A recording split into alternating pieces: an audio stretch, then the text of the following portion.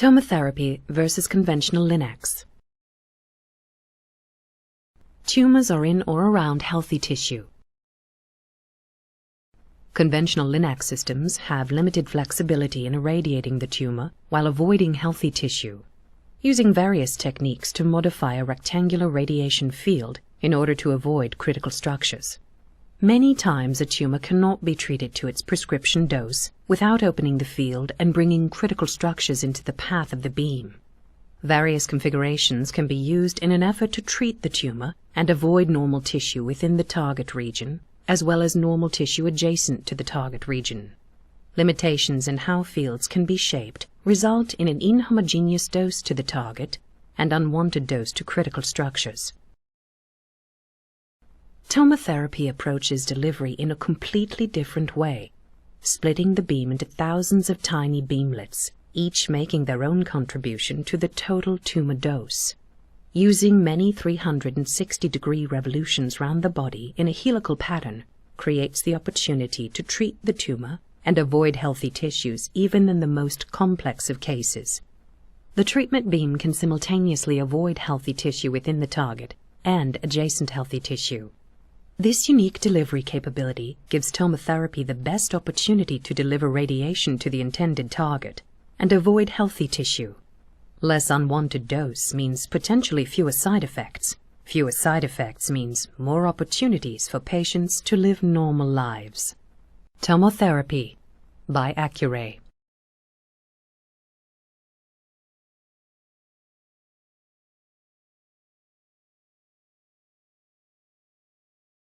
Halo Sobat Baper sekalian, kita jumpa lagi.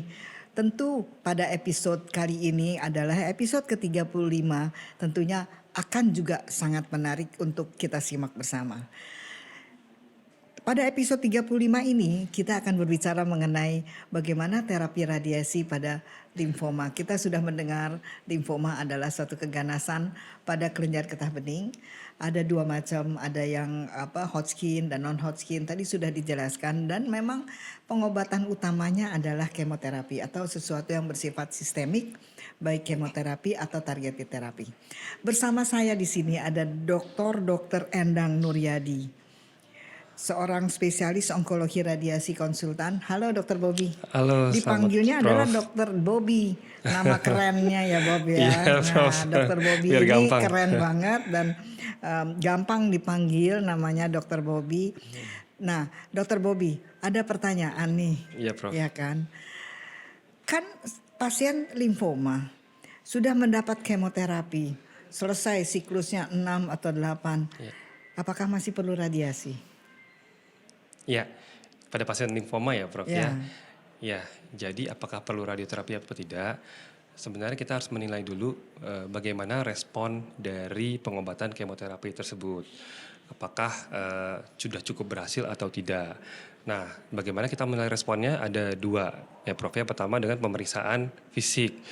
Pasien-pasien dilakukan pemeriksaan fisik oleh dokter, apakah benjolannya dari sebesar 6 cm kemudian jadi kecil, kemudian benjolan lain-lainnya juga diperiksa apakah ada pengecilan, tetapi pemeriksaan fisik saja tidak cukup, karena banyak kelenjar getah bening limfoma itu kan di dalam tubuh yang tidak bisa diraba. Ya, yaitu dengan pemeriksaan penunjang. Pemeriksaan penunjang itu atau radiologi yang umum sih dilakukan dengan CT scan ya, Prof. Ya, CT scan dengan kontras. Tapi menilai respon itu harus menilai before and after. Jadi CT scan yang dilakukan setelah kemoterapi beberapa siklus harus dibandingkan dengan CT scan yang awal sebelum dilakukan. Apakah ada mengecil atau tidak. Kemudian selain CT scan, yang paling ideal tuh PET scan ya, Prof. Ya. PET scan, cuma sayangnya mahal dan baru beberapa Tapi tempat aja. Tapi kalau ada dana, ada biaya, Ya. baik dilakukan PET scan ya, Oh ya, Dr. baik Bobby, sekali. ya. Nah, sekiranya dari hasil tersebut ternyata sudah tidak tampak lagi limfomanya, ya mungkin aja tidak perlukan lagi radioterapi, Terapi Prof. radiasi. Ya. Dan juga mungkin dari awal ya Dr. Bobby ya, kadang-kadang kan kalau bulky besar, mungkin dokter medical oncologist-nya tidak yakin bahwa itu hilang semua, atau dokter yang merawat itu, maka masih mungkin ada peran radiasi eksterna Iya. untuk diberikan. Nah, Betul, Prof. kan kalau kemo kan efek sampingnya mual, Iya. muntah dan sebagainya kita ketahui bersama dan sudah banyak diketahui oleh para sobat baper sekalian juga saya yakin. Kalau radiasi gimana ya? Wah, kalau pasien udah lewat efek samping dari kemoterapi, mual, muntah dan lain sebagainya udah bisa lewat, berarti dia sebenarnya udah lulus ya, Prof. Karena radioterapi itu efek Kecil sampingnya banget nggak ada ya. apa-apanya gitu. Jadi udah lulus sebenarnya pasiennya.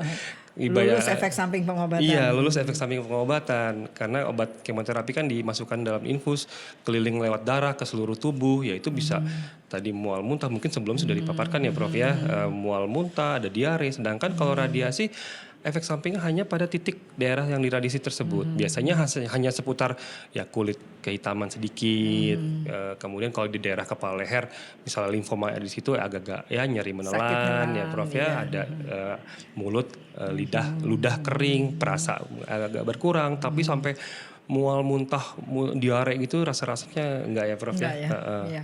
Nah, ada pertanyaan nih, kalau pada limfoma, kalau pada kanker payudara dan sebagainya kan radiasi diberikan 30 kali gitu kan. Atau pada kanker prostat bahkan sampai mendekati 40 kali gitu kan. Itu kan berdasarkan data-data empiris evidence gitu yang mengatakan bahwa dosis segitu atau berapa kali itu diperlukan untuk menghilangkan tumor itu secara sempurna lah gitu. Tapi pada limfoma kenapa diberikannya sedikit ya? Iya. Iya, Jadi ini sebenarnya radiasi pada limfoma tuh enak ya? Iya. Karena dosisnya sedikit udah Dosisnya cukup ya. sedikit. Gimana Iya. tuh Dokter Bobby menjelaskan? Iya Prof. Jadi kan kalau kita radiasi itu tadi yang seperti Prof katakan sesuai dengan jenis sel kankernya ya Prof ya. Nah limfoma ini sebenarnya jenis sel kanker yang cukup sensitif atau radiosensitif Sangat terhadap ya. sangat radiosensitif terhadap paparan radiasi. Jadi ada tumor segini di radiasi cepet banget dibandingkan kalau tumor itu tumor glioma otak ataupun tumor kanker payudara yang nggak bisa diangkat gitu kan. Di sini sampai 25 kali kok ngempesnya cuma segini gitu ya Prof ya.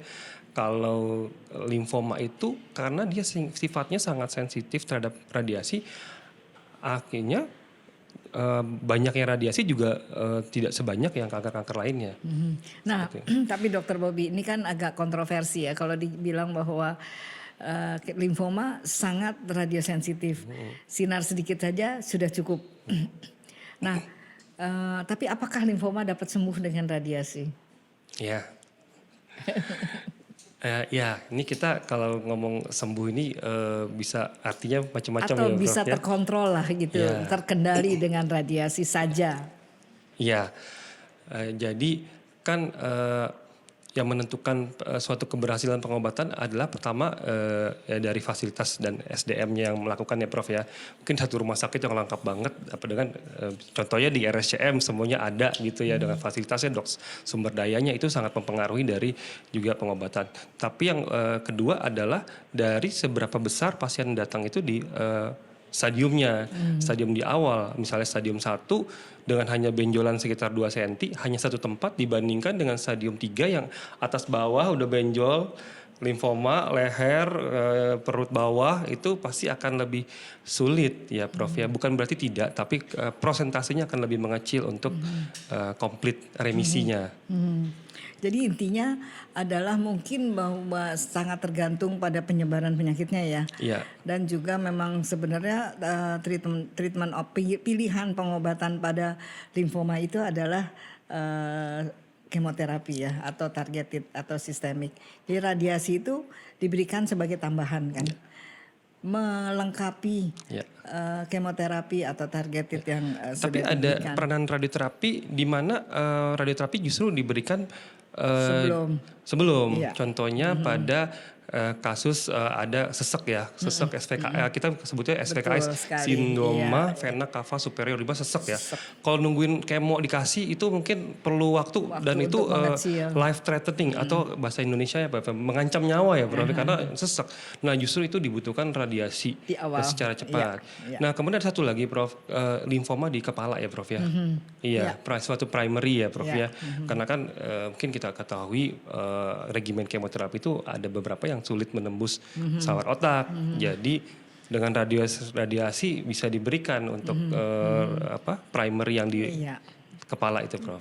Jadi para sobat baper sekalian sudah mendengar tadi penjelasan dari Dr. Bobby bahwa intinya adalah pertama, limfoma itu sangat sensitif terhadap radiasi. Apapun juga, mau Hodgkin, mau non-Hodgkin, sangat sensitif.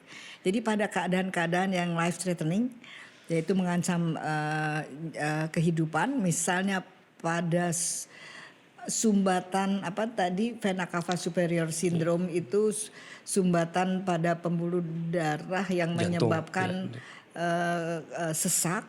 Nah itu karena sedemikian responsnya diberikan radiasi langsung akan melegakan, jadi mengurangi simptom pada pasien.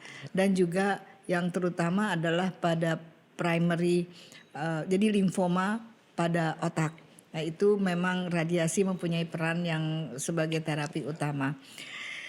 Dr. Bobby, sebagai akhir dari pertemuan kita saat ini, kalau setelah terapi radiasi, boleh nggak sih saya pulang terus tidur bareng dengan suami atau istri atau anak-anak atau ketemu cucu, gimana tuh? Wah itu mah malah diwajibkan ya Prof ya. Oh diwajibkan katanya, luar biasa berkumpul sekali. keluarga ya, Iya, supaya memberikan memberikan support semangat ya Prof ya. iya. Nggak ada masalah radiasi itu pas setelah keluar dari ruangan radiasi, sinarnya keluar, tidak ada paparan apa-apa lagi, jadi cukup aman untuk. Jadi badan bersih berbeda Badan dengan misalnya radiasi interna pada keganasan tiroid misalnya, di mana radioaktif dimasukkan dalam badan sehingga pasien pulang akan membawa radioaktif, tapi tidak pada radiasi eksterna seperti yang kita berikan pada limfoma ini. Baik, ada pesan-pesan terakhir untuk para sobat baper sekalian, Dr. Bobby? Iya, khususnya untuk para pendengar, bahwa kita perlu menjaga kesehatan, lebih care terhadap tubuh kita. Dalam khususnya pembicaraan limfoma ini adalah benjolan pada bagian tubuh yang tidak normal. Itu kita harus benar-benar waspada ya Prof ya. Segala benjolan itu belum tentu nyeri. Cuma segala sesuatu benjolan yang timbul secara tidak normal, kita harus hati-hati. Mungkin aja itu suatu keganasan tapi limfoma. Mungkin juga nggak apa-apa ya. Ya. Jadi jangan khawatir. Tapi kalau itu keganasan, sobat baper sekalian, apapun itu keganasannya, khususnya limfoma karena banyak pada kelenjar getah bening, kita bisa deteksi dari lebih cepat, lebih dini. Barangkali itu ya. Ya, Prof. Ya. Makasih Dr. Bobby, makasih sobat baper sekalian yang sudah mengikuti episode kali ini, dan kita akhiri episode kali ini. Tentunya mudah-mudahan apa yang kita bicarakan ini dapat bermanfaat bagi sobat baper sekalian dan dapat dilanjutkan informasi ini ke kerabat, sahabat, lingkungan dan sebagainya. Dan kita akan jumpa kembali pada episode selanjutnya, tentunya yang tidak kalah menarik dengan topik pada episode kali ini. Terima kasih, salam.